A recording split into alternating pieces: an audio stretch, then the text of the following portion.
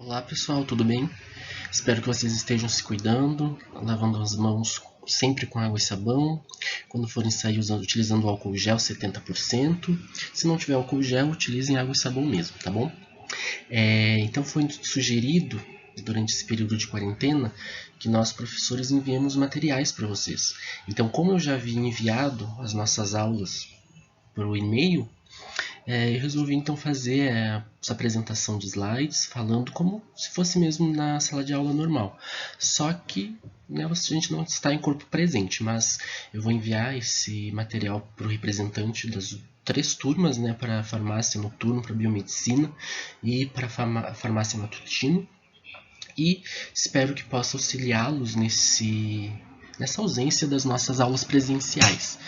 Qualquer dúvida que vocês possam vir a ter, vocês me mandem um e-mail ou me encaminhem para os respectivos representantes, que daí a gente pode resolver, né, alguma dúvida que ficou durante o material. Enfim, essa aula especificamente é para as turmas do noturno, para farmácia e para biomedicina. Tá? Então, acho que foi mais ou menos nesse slide que nós paramos na aula anterior, né, que foi há 2 semanas atrás. Então, eu gostaria só de dar uma passadinha. A gente estava vendo riscos químicos, né? Prestem atenção, a gente está falando de riscos químicos que são representados pela cor vermelha. E a gente parou dentro de riscos químicos no tópico substâncias irritantes e nocivas. Bom, o que seria uma solução, uma substância irritante e nociva? E qual a diferença de uma para outra? Substâncias irritantes, então, de acordo com o texto que está no slide, né, eles provocam prurido ou vermelhidão na pele, conjuntivites ou inflamações das vias respiratórias. Tá? Que soluções são essas? Soluções de hidróxido de amônio, de ácido nítrico, de ácido clorídrico e demais substâncias que têm esse efeito, né, de a gente se respirar no laboratório essas substâncias, acabar tendo algum problema, alguma inflamação dessas vias. E as nocivas, elas, por outro lado, são agentes químicos que quando a gente inala, né, ou absorve de alguma forma pela boca ou pela pele, elas vão produzir efeitos de menor gravidade. Então, como exemplos, nós temos os isocianatos. Tá? Então, se a gente for ter que comparar substâncias, as irritantes e as nocivas, as irritantes são as que produzem maiores efeitos danosos ao nosso organismo em relação às substâncias nocivas. Quais são os cuidados que a gente deve ter então com essas substâncias quando a gente está no laboratório? Então, sempre evitar o contato direto, né? Utilizando máscaras, utilizando luvas, óculos de proteção, protetores faciais, sempre que possível. E se a gente for manipular essas substâncias no laboratório, fora da capela de exaustão, a gente deve então sempre estar utilizando esses materiais, porque a gente não entra em contato, né? Nem pela pele, nem pela boca, nem pelos olhos ou nariz. Tá? Elas podem causar danos bem sérios à nossa saúde e se a gente for exposto a uma concentração muito alta dessa substância, a gente pode ter casos de queimaduras graves das nossas vias respiratórias, tá bom? Com relação às substâncias oxidantes, o que seria uma substância oxidante? Outra coisa, prestem atenção na representação. A gente não sabe ainda como é que vai funcionar, a questão de provas e tudo mais, mas é uma coisa que eu sempre cobro dos alunos, né? A simbologia, né, os pictogramas, então prestem atenção o que representa substâncias oxidantes. Tem um ozinho aqui com uma chaminha em cima. Tá? Então, substâncias oxidantes, elas não são necessariamente substâncias que incendeiam, que pegam fogo, mas elas podem, né, liberar oxigênio e por isso começar o incêndio ou começar a combustão de um outro material.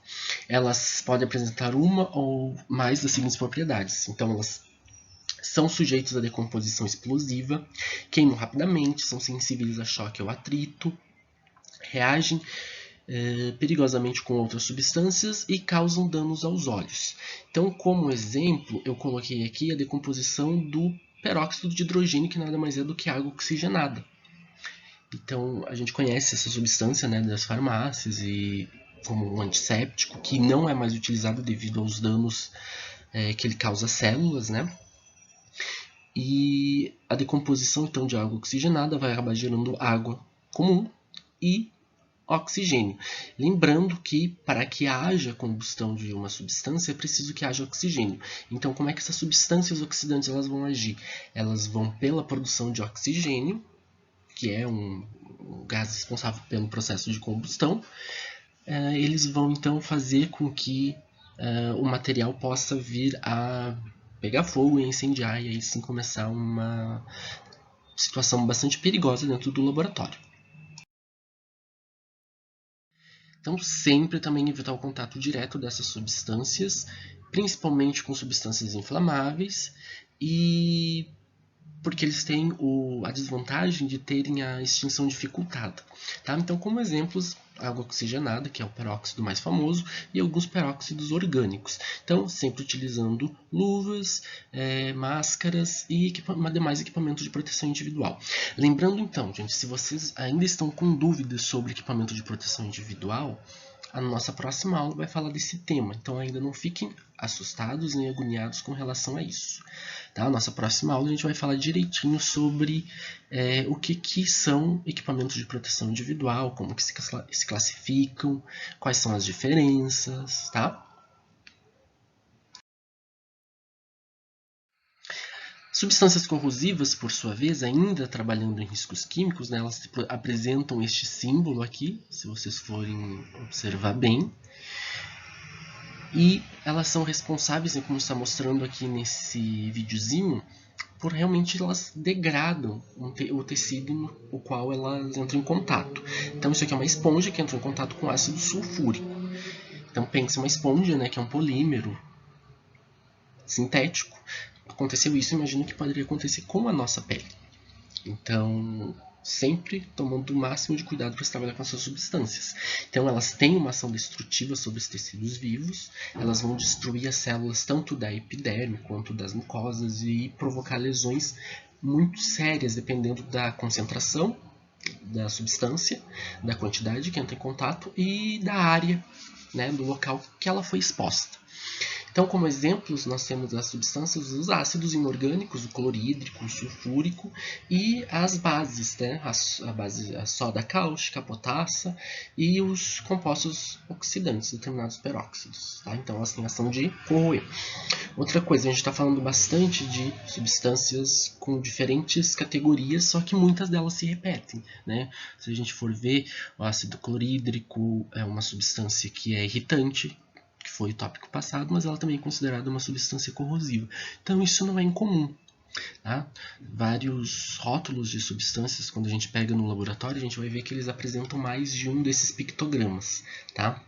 E a gente tem que ter esse conhecimento, saber diferenciar uma da outra, para também saber como tratar caso haja algum acidente. Né? Então, se é substância corrosiva, a gente tem que saber tratar de algum jeito, e substância tóxica também. Tá bom? Então, quais são os cuidados que nós devemos ter quando a gente tem que trabalhar no laboratório com uma substância corrosiva? Sempre evitar o contato à nossa pele, os nossos olhos, com a roupa, porque vocês viram o que elas fazem com o tecido sintético, né? Então elas também podem acabar corroendo a nossa roupa. Não é incomum no trabalho de laboratório o operador acabar indo para casa com as calças furadas de ácido ou de base, porque realmente isso acontece. Então, por isso que sempre que a gente vai utilizar jalecos, a gente sempre procura comprar um jaleco que tenha o comprimento abaixo do nosso joelho, porque eventualmente a gente vai acabar sentando nos bancos do laboratório, fazendo algum trabalho sentado, né? E pode acabar pingando ou caindo essas substâncias na nossa perna. Então o jaleco ele tem que cobrir a parte dos nossos joelhos. Então sempre a preferência para ser sempre abaixo do nosso joelho, nunca acima, tá? Para garantir uma proteção mais efetiva. Sempre que possível também não evitar inalar esses vapores. Então a gente sempre trabalha com esses materiais dentro da capela de exaustão, capela química. Tá? Então lembrando mais uma vez, se vocês estão com dúvida, capela de exaustão ou cabine de exaustão química, é um equipamento de proteção coletiva. E nós vamos trabalhar isso na próxima aula também. Então, se vocês ainda estão com dúvidas, calme, tá? A gente só tem que pensar que a cabine é um local onde a gente vai trabalhar com essas substâncias mais perigosas, que liberam vapores. Esses vapores são tóxicos, não podem entrar em contato com nossos olhos, nem com a nossa boca, nem nariz. Tá? Então, ainda não fiquem agoniados por não saber o que é uma capela. Tá? Sempre utiliza luva de proteção com aventais de manga comprida. Muito importante, no laboratório a gente não trabalha com jalecos de manga curta, porque se a gente for trabalhar, a gente vai estar acabando expondo a nossa pele, nossos braços, né, ou a roupa que a gente está usando por baixo, a materiais perigosos, tanto que oferecendo riscos químicos quanto biológicos, que a gente vai ver daqui um pouquinho. Tá? Nunca verter a substância com o próprio frasco, porque pode corroer o frasco e acabar manchando o nome da solução, acabar destruindo o rótulo da substância, e isso vai impedir com que outras pessoas saibam do que você está lidando. Então, no frasco da substância sempre tem o rótulo, as informações, as frases de perigo, os símbolos, pictogramas, né? Então, a gente nunca utiliza o próprio frasco para verter, a gente sempre utiliza um outro frasco, equipamento especial para fazer essa retirada do frasco que a gente quer fazer. E a paramentação sempre com luvas de nitrila, de preferência, que são aquelas luvinhas azuis com a aderência nos dedos, né? Avental, calçado de borracha fechado, máscara química e óculos de proteção para evitar, então, entrar em contato com os nossos olhos, boca e nariz, alguns vapores provenientes dessa substância. Então, substâncias inflamáveis, ainda dentro de riscos químicos, né, ela tem um símbolo bastante parecido com substâncias oxidantes, então notem essa diferença aqui, ela é uma chama sobre uma superfície, né, e aquela outra é uma chama em cima de uma letra O.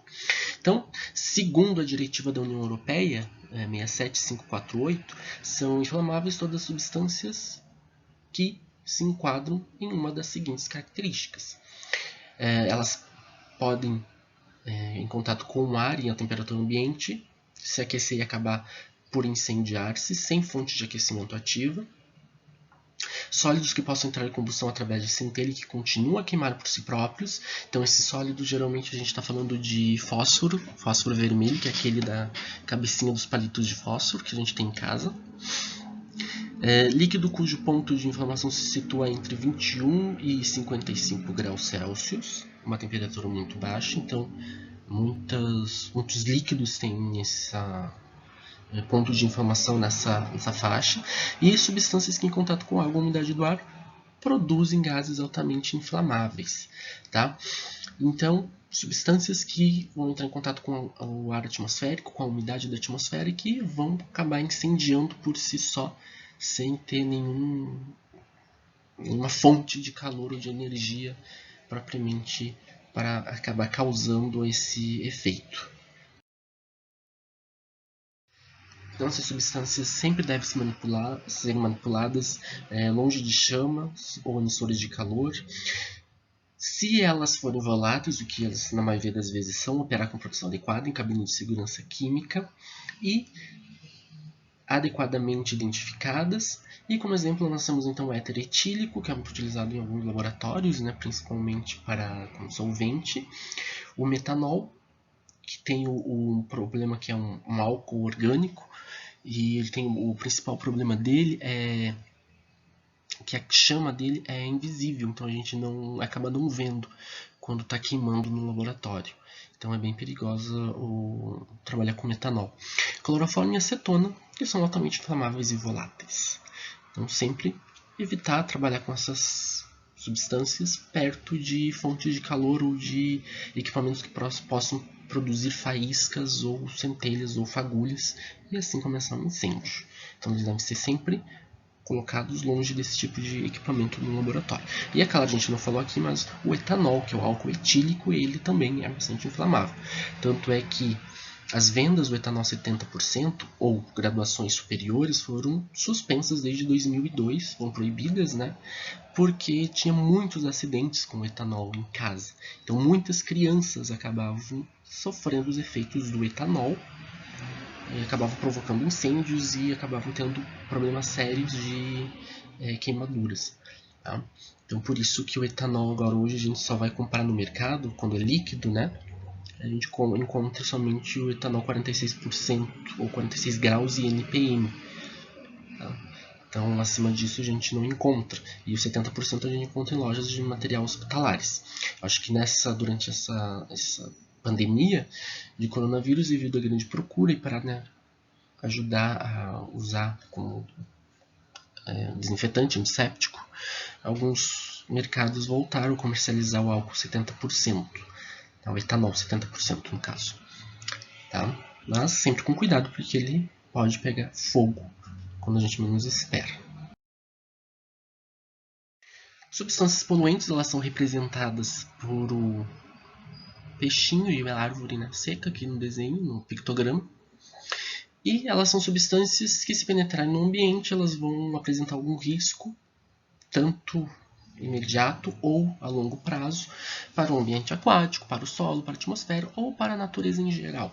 Então, o que são substâncias poluentes? É qualquer substância que vá causar algum dano ao meio ambiente, seja em rio, seja em solo, seja na atmosfera, ou seja a maioria das substâncias químicas que ofereçam riscos químicos, elas também são consideradas substâncias poluentes, porque elas de alguma forma, né, se a gente jogar diretamente no ambiente, nos solos, nos rios, essas substâncias vão acabar causando algum dano. E muitas vezes pode ser irreversível ou esse dano pode acabar se propagando no decorrer das gerações, como acontecia em Minamata, no início do século passado, no Japão, quando uma indústria liberava resíduos de mercúrio nos rios. Então os peixinhos acabavam comendo, se alimentando desses resíduos, né, acabavam ingerindo, ficavam na água, e eles se acumulavam nos seus tecidos, e as pessoas acabavam se alimentando dos peixes também, utilizando aquela água, né, poluída, e acabava se contaminando. Então isso era passado de uma geração para outra, e os efeitos eram gravíssimos, porque o mercúrio ele é um metal bastante perigoso, uma substância que causa muitos males, tanto no meio ambiente quanto para os seres humanos, né, para a nossa saúde. Cuidado. Então, como exemplos, né, nós temos os metais pesados, que eu já tinha falado, que é o mercúrio, cádmio, chumbo, que quando numa concentração muito alta, um pouco acima, né, do permitido, essas substâncias vão acabar causando toxicidade, exercer um efeito tóxico nos organismos em que elas entram em contato. Substâncias organocloradas, como alguns solventes orgânicos, né, de clorometano, clorofórmio, o DDT, que era um inseticida, né, utilizado antigamente, não sei se hoje se utiliza muito, mas nos anos 80 e 90 era bastante utilizado esse pesticida. Alguns solventes de laboratório, de clorometano, metanol. E sempre lembrando, né, que uma descarga acidental desses produtos pode destruir a vida de um rio ou envenenar a longo prazo os solos, que vão se tornar contaminados e acabar, por exemplo, se a gente for pensar numa plantação que a gente vai por ali, as plantas, né, os vegetais vão acabar absorvendo essas substâncias e acabar se contaminando pela alimentação, pela ingestão delas. Então, é bastante perigoso o descarte inconveniente, indevido dessas substâncias. Então, acabamos risco biológico, riscos químicos, correto? Lembrando que risco químico é toda a probabilidade que a gente tem de colocar nossa saúde em risco em decorrência do contato com uma substância química, né? Então, seja ela absorvida pelos olhos, pela boca, pelo nariz ou pela pele. E, dependendo da substância, ela vai provocar um efeito mais ou menos agressivo no nosso organismo. Agora, falando de riscos biológicos, então ele é representado por este símbolo de biohazard, do inglês, que a gente encontra bastante em lixeiras de hospitais, lixeiras de UPAs, né, em ambiente laboratorial que trabalha com amostras biológicas, né, lixo hospitalar, enfim, esse símbolo é bastante reconhecido. E ele é representado então pela cor marrom, tá? De acordo com a classificação que a gente viu no início do semestre sobre os riscos biológicos. Então, o que é risco biológico ou quais fatores que nos expõem a esse tipo de risco? Então, risco biológico são amostras provenientes de seres vivos, sejam esses seres plantas, animais, bactérias, fungos, parasitas ou até mesmo seres humanos. Amostras biológicas provenientes de animais e seres humanos, como sangue, urina, escarro, secreções, biópsias. Organismos geneticamente modificados que contêm genes com características diferenciadas e que oferecem muitos riscos.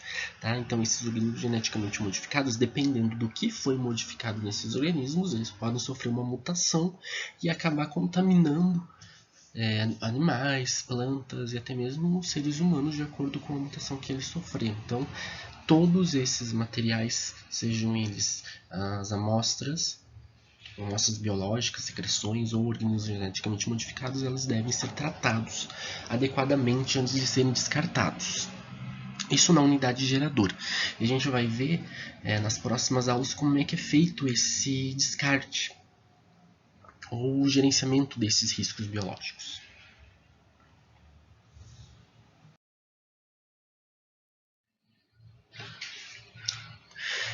Então, dentro de riscos biológicos, a gente classifica, né, esses agentes que oferecem riscos biológicos em 4 classes principais, de acordo com a patogenicidade para o homem, a virulência, modos de transmissão, a disponibilidade de medidas profiláticas e disponibilidade de tratamento eficaz e endemicidade.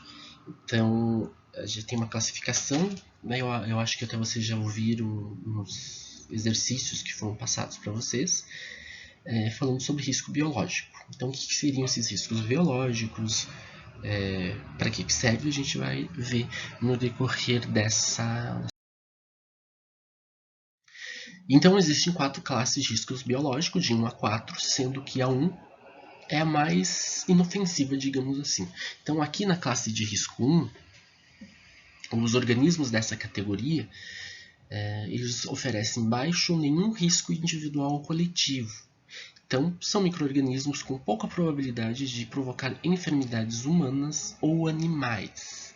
Então, como exemplo, nós temos os lactobacilos, Lactobacillus casei shirota, todos os lactobacilos que a gente conhece utilizados na indústria alimentícia, as leveduras, que são a Saccharomyces cerevisiae, que são utilizadas também como fermentos de pães, né, na indústria alimentícia.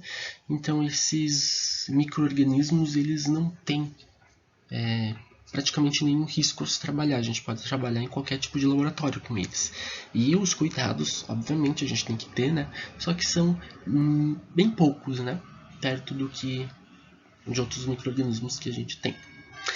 Já as classes ou micro-organismos da classe de risco 2, eles apresentam moderado risco individual e baixo risco coletivo. Então, a exposição a esse tipo de micro-organismo ela pode provocar uma infecção. Porém, existem medidas eficazes de tratamento. Como exemplo, então, nós temos o Schistossoma monsoon, que é um verme, né, que causa algum tipo de esquistossomose ou barriga d'água, se eu não me engano, né? Lombriga, Ascaris lumbricoides, deixa eu ver, a tamoeba estolística, que causa amebíase, Giardia lamblia, que causa a giardíase. Então, são protozoários e vermes em geral que acabam mostrando um risco individual. A pessoa ela tem risco de se contaminar com essa substância, porém o risco de ela passar para outras pessoas é bem baixo. Então, por isso que a gente coloca esses organismos na classe de risco 2. Então, onde que vocês vão ver mais sobre classes de risco? Naquele material que eu mandei para vocês por e-mail. Tá? Então, lá tem, se eu não me engano, foi feito pela Fiocruz. E tem todas as categorizações, assim, bem atualizado, aquele do ano de 2017, se não me engano, 2018. Então tem uma série de todos os vírus, todos os fungos, todas as bactérias e as suas devidas classificações. Se vocês forem dar uma olhada lá e digitarem, forem acessar o PDF daquele material que eu mandei para vocês e digitarem coronavírus, vocês vão ver que ele vai cair na classe de risco 2. Tá? Mas será que está certo isso?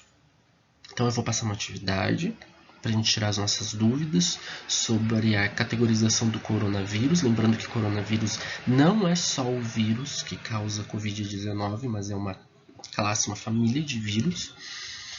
E o Covid-19, a doença Covid-19 é causada então pelo SARS-CoV-2, tá?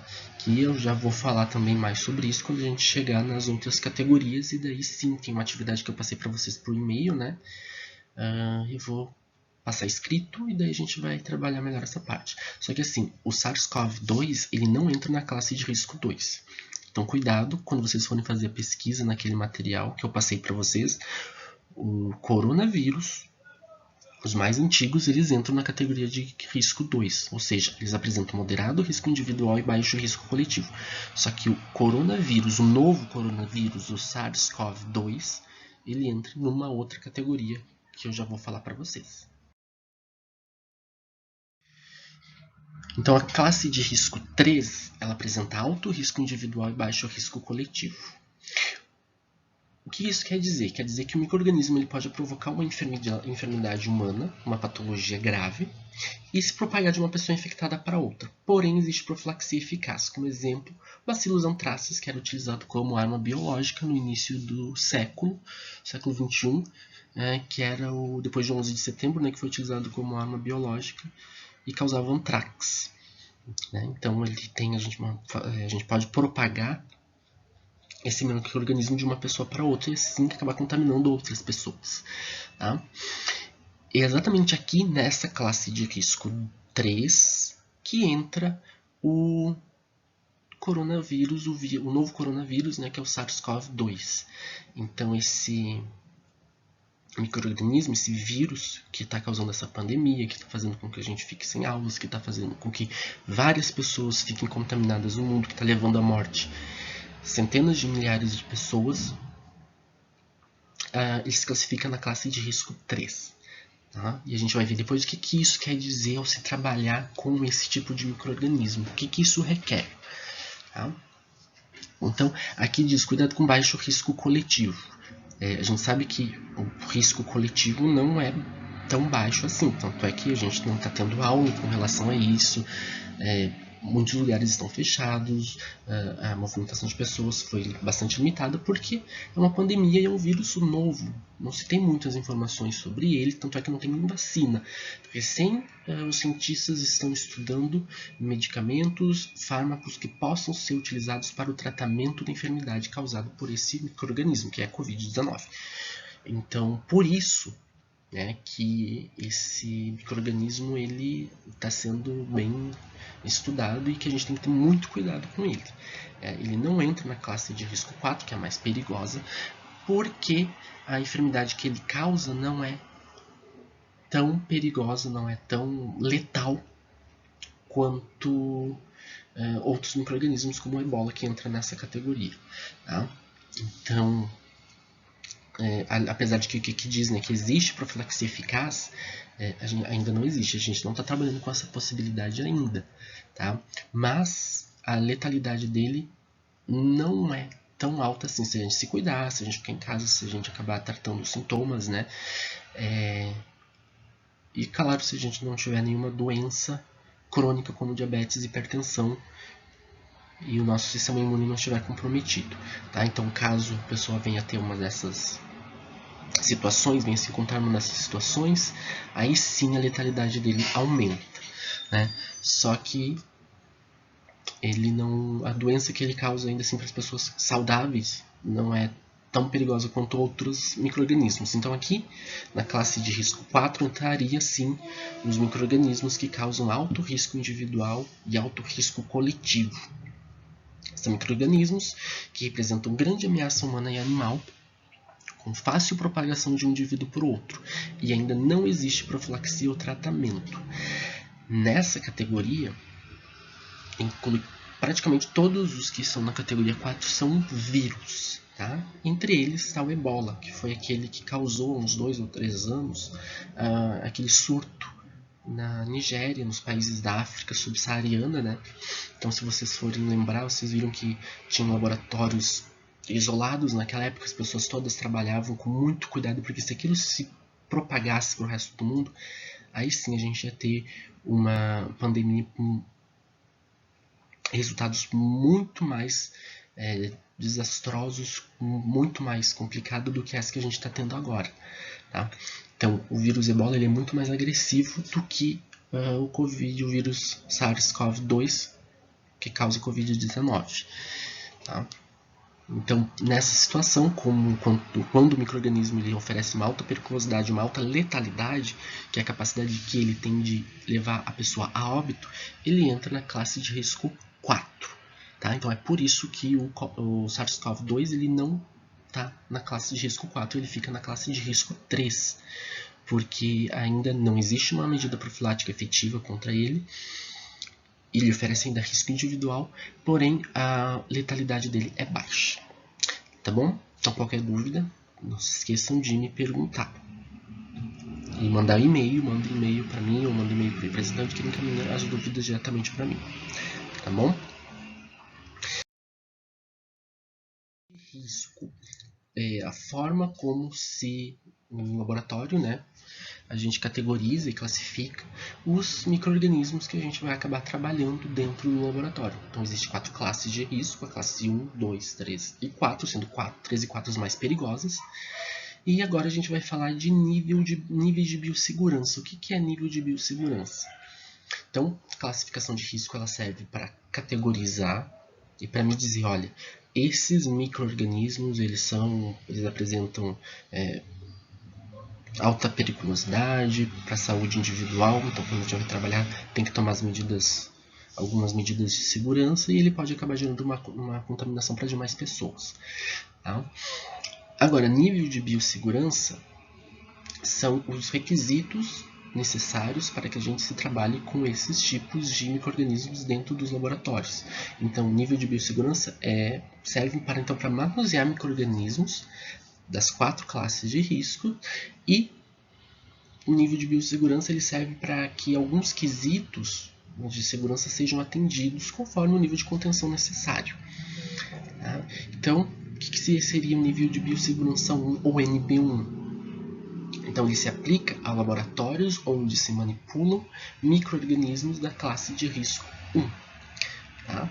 Então, são laboratórios do ensino básico, onde simplesmente o uso de EPIs, como jaleco, luvas e óculos de proteção, são necessários, são suficientes para se trabalhar nesses ambientes com esses micro-organismos. Então, a gente tem aqui laboratórios de ensino que trabalham com bactérias ou fungos empregados como complementos alimentares ou bebidas. Então, alimentos probióticos ou processos fermentativos são utilizados ou realizados em laboratórios NB1, o nível de biossegurança 1.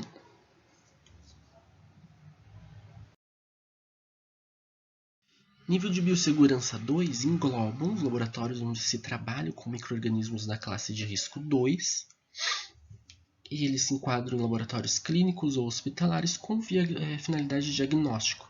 E nesses laboratórios ainda requer, além do uso dos EPIs, né, como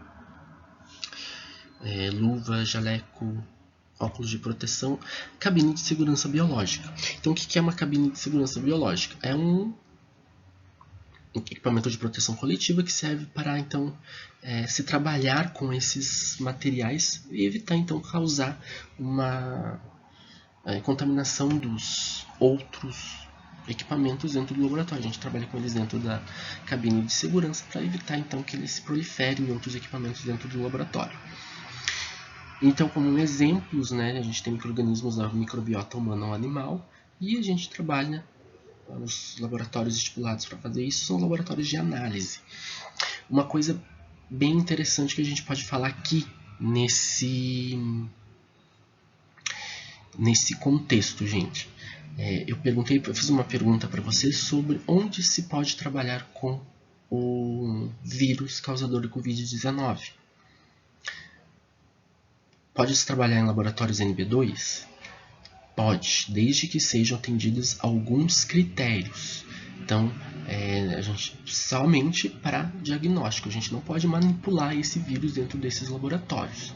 Então, lembrando que o SARS-CoV-2 ele é um micro-organismo da classe de risco 3, ele só poderia então ser manipulado em laboratórios nível de biossegurança 3, mas para critérios de diagnóstico clínico, né, para fazer um exame para ver se a pessoa tem o Covid-19, então pode ser feito em laboratórios com nível de biossegurança 2. O nível de biossegurança 3 engloba então micro-organismos da classe de risco 3 ou grandes volumes e concentrações de micro-organismos da classe de risco 2, que foi aquela que a gente viu anteriormente. Então, além do necessário para se trabalhar com NB2, é necessário ainda um controle rígido quanto à inspeção e manutenção das instalações e equipamentos, e também treinamento específico para a manipulação desses micro-organismos. Tá? Então, as características então, do laboratório NB2 é que a gente não pode trabalhar com... Não é qualquer pessoa que entra nesses laboratórios, então já tem um controle de quem vai entrar e quem vai sair. Só que o NB3, além de ter isso, então, tem inspeção, tem que ter inspeção constante, tem que ter manutenção constante das instalações.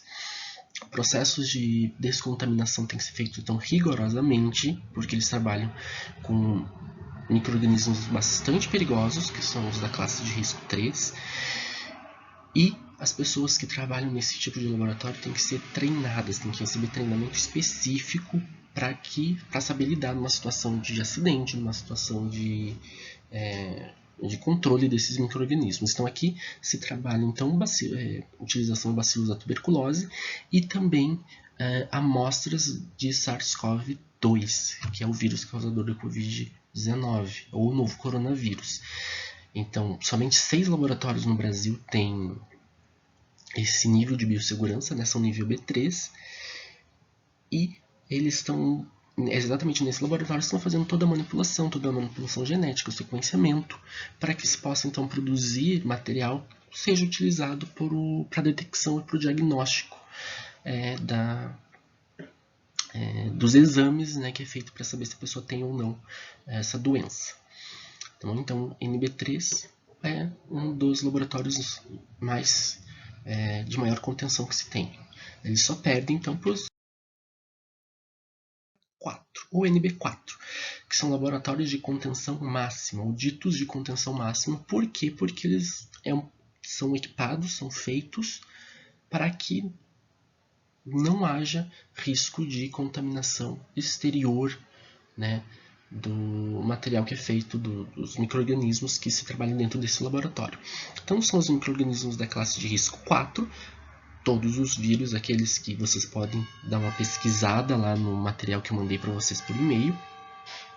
E as características desse tipo de laboratório é que ele não pertence mais a um bloco, né, um conjunto. Ele é uma unidade funcional independente das outras áreas. E requer, além de todas as contenções necessárias em outros níveis, como equipamento de proteção individual, equipamento de proteção coletiva, oferece então procedimentos especiais de segurança. E aqui entram a troca, né, de roupa antes de entrar no laboratório e depois que sai, uma antessala para evitar que a pessoa leve contaminação de fora para dentro e que leve contaminação de dentro para fora também. Tá? São laboratórios bastante restritos quanto à entrada, então a pessoa tem que ser autorizada a entrar, não é qualquer pessoa que entra, e o treinamento de todo mundo que vai trabalhar nesses laboratórios. Um bom exemplo que eu vou trazer para vocês sobre esses tipos de laboratórios, como é que a gente trata e tal, como é que eles são, é vocês assistirem filmes.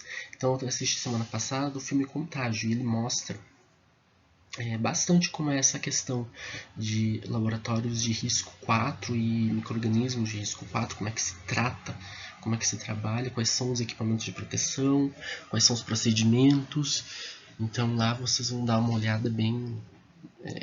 É bem interessante que ela mostra bem essa parte, para que vocês possam ter um exemplo mais palpável, né? Porque às vezes só falar a gente não consegue imaginar. Então, dê uma procurada como é que é feito isso. Se vocês quiserem assistir o filme, vai ser uma ótima pedida para esse momento que a gente está vivendo. E ainda vocês vão ver na prática como é que se utilizam, né, esses conceitos de nível de biossegurança e de classificação de risco. Tá bom? E, né, a gente ainda está falando de aula sobre riscos. A gente vai falar então sobre riscos ergonômicos, ainda representado pela cor amarela, né? E por esse símbolo aqui, que é um trabalhador carregando um saco muito pesado de alguma coisa.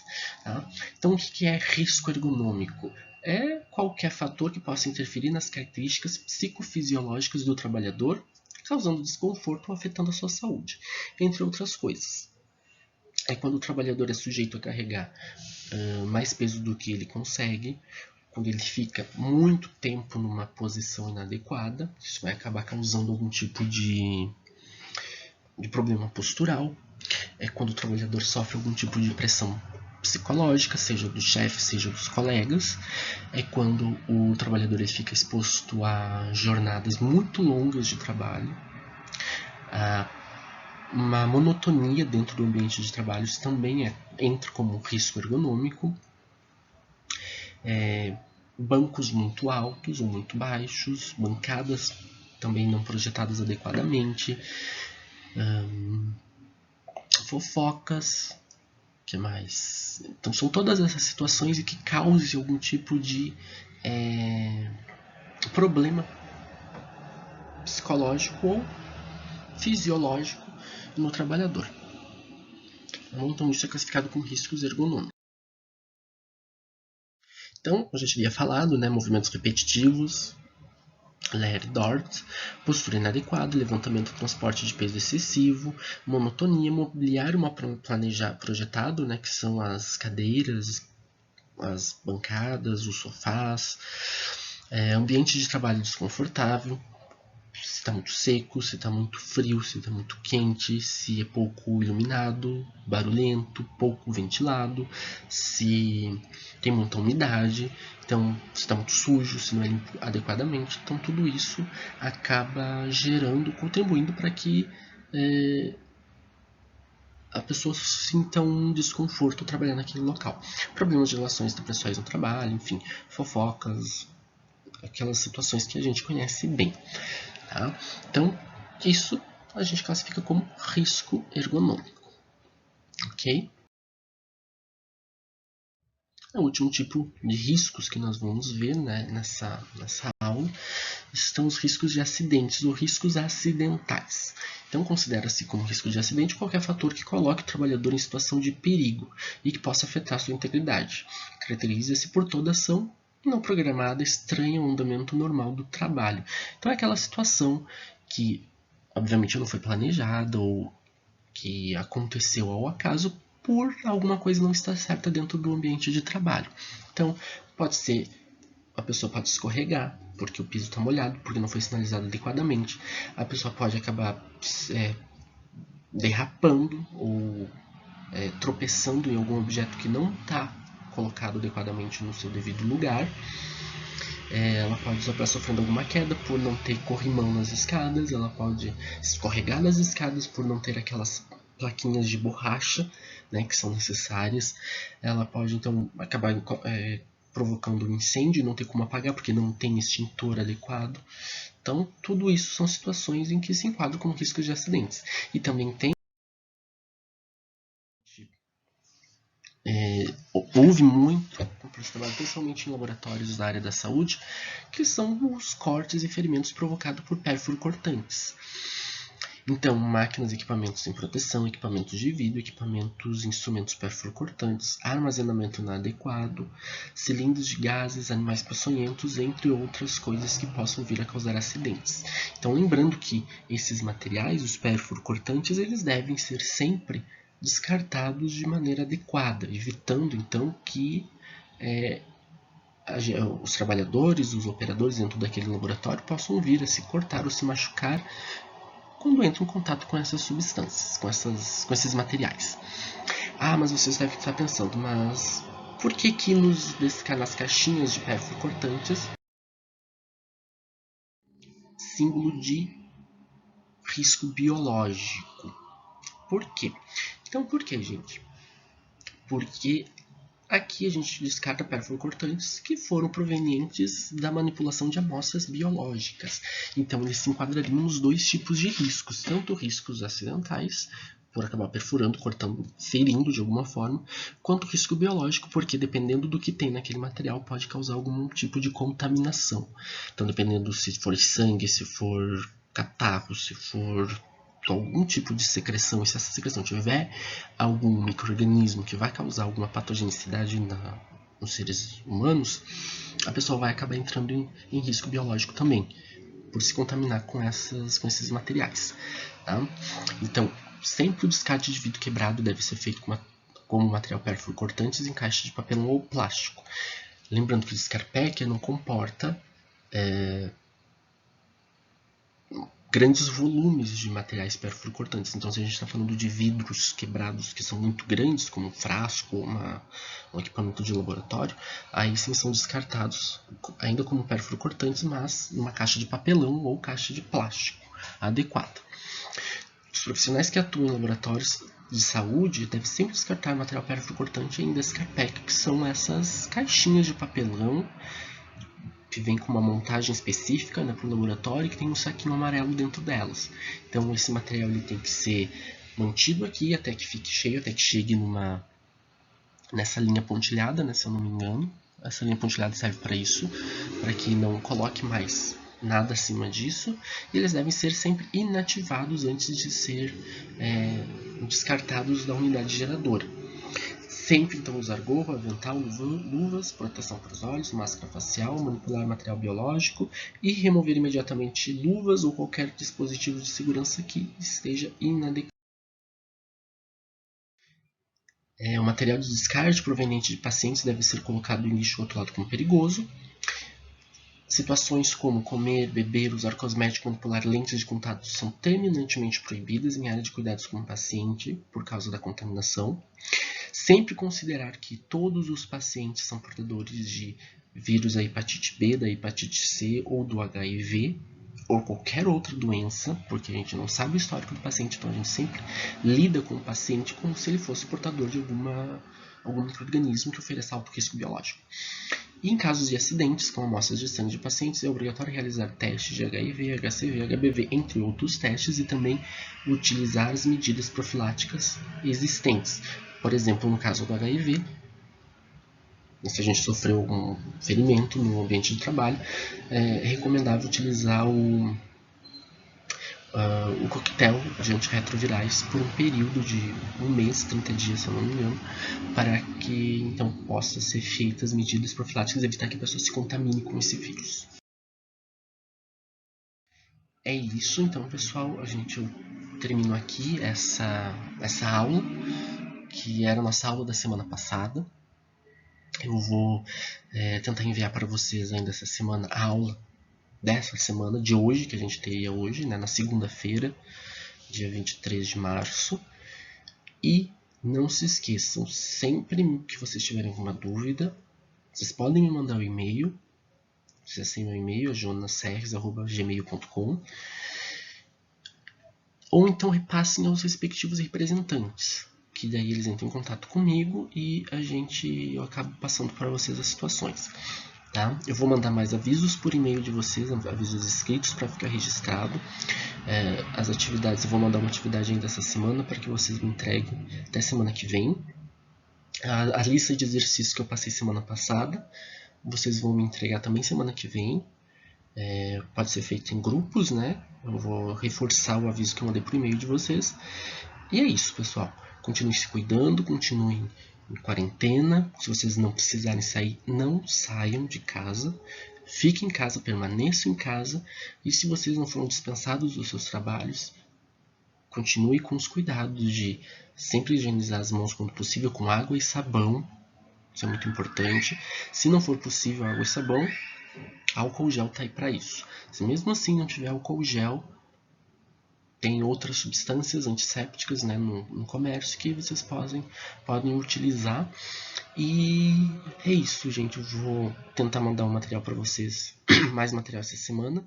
E vamos mantendo esse nosso contato virtual, por enquanto. É isso. Até mais. Até a próxima aula. Tchau.